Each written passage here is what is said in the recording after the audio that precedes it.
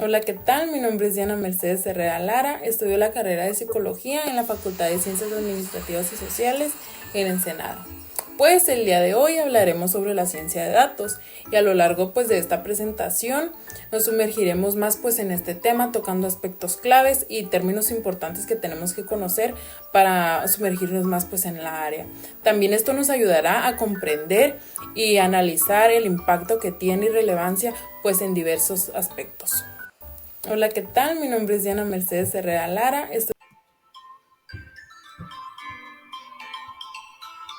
Como ya se mencionó en la presentación, hoy hablaremos sobre algunos aspectos claves de la ciencia de datos, incluyendo cómo se manejan los datos, su procesamiento y los aspectos éticos a considerar. El objetivo principal de la exposición es proporcionar una visión integral sobre cómo los datos se transforman en conocimiento valioso, respetando siempre la privacidad de la seguridad de los individuos. Primero hablaremos sobre los tipos de datos que existen. En la ciencia de datos se trabaja principalmente con tres tipos. Estos son los datos estructurados, semiestructurados y no estructurados. En primer lugar se encuentran los datos estructurados. Estos son los más fáciles de organizar ya que normalmente se encuentran en las tablas. Un ejemplo de esto serían las bases de datos que cuentan con filas y columnas. Luego tenemos los datos semiestructurados. Estos digamos que están a medio camino. Cuentan con una cierta organización, pero no tanta como los estructurados. Un ejemplo son los archivos en formato JSON o XML. Finalmente, los datos no estructurados son un formato predefinido como imágenes, videos o ya sea un texto libre. Normalmente, estos no suelen tener un formato fijo. El flujo de trabajo de la ciencia de datos. Este apartado tiene varias etapas. Las principales son 6: recolección, almacenamiento, procesamiento, análisis, visualización y toma de decisiones.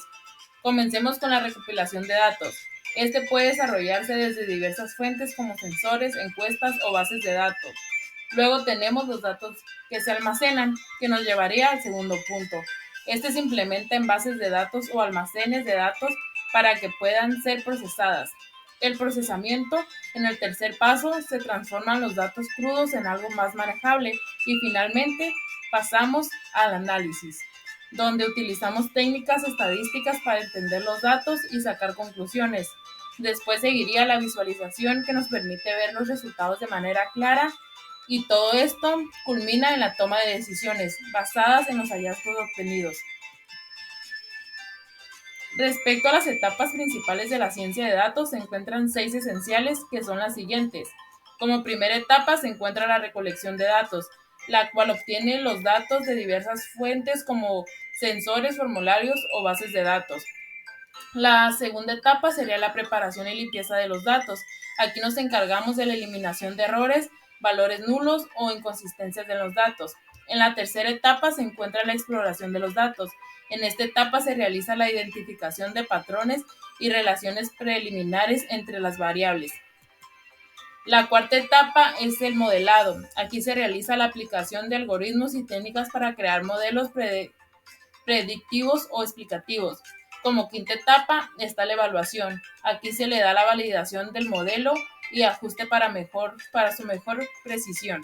Como última etapa, pero no menos importante, se encuentra la comunicación. En esta etapa se realiza la presentación en los resultados obtenidos de manera comprensible y útil para la toma de decisiones.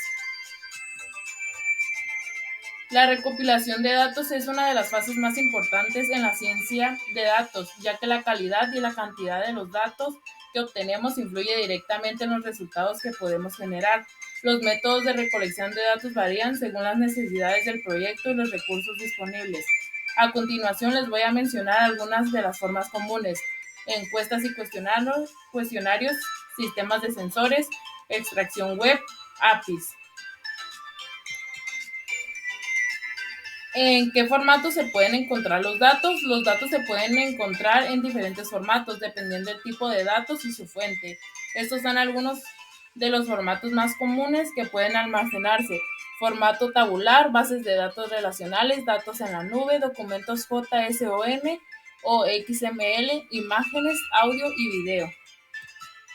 Ahora bien, sobre el almacenamiento de datos, hay dos formas principales: las bases de datos y los almacenes de datos. Las bases de datos están optimizadas para el uso diario, como realizan estas búsquedas rápidas y modificaciones frecuentes de los datos. En cambio, los almacenes de datos son más adecuados para el análisis histórico y manejo de grandes volúmenes de datos, permitiendo una visión más amplia a lo largo del tiempo.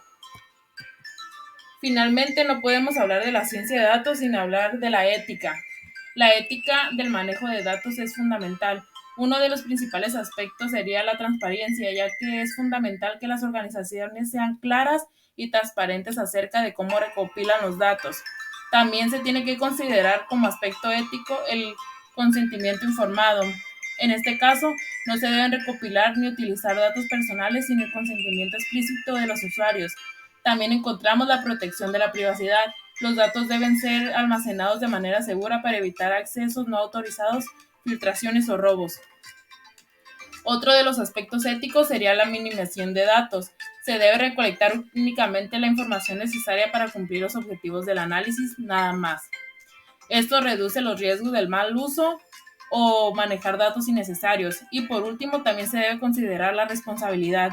Las empresas y los científicos de datos tienen la obligación de considerar el impacto social de su análisis.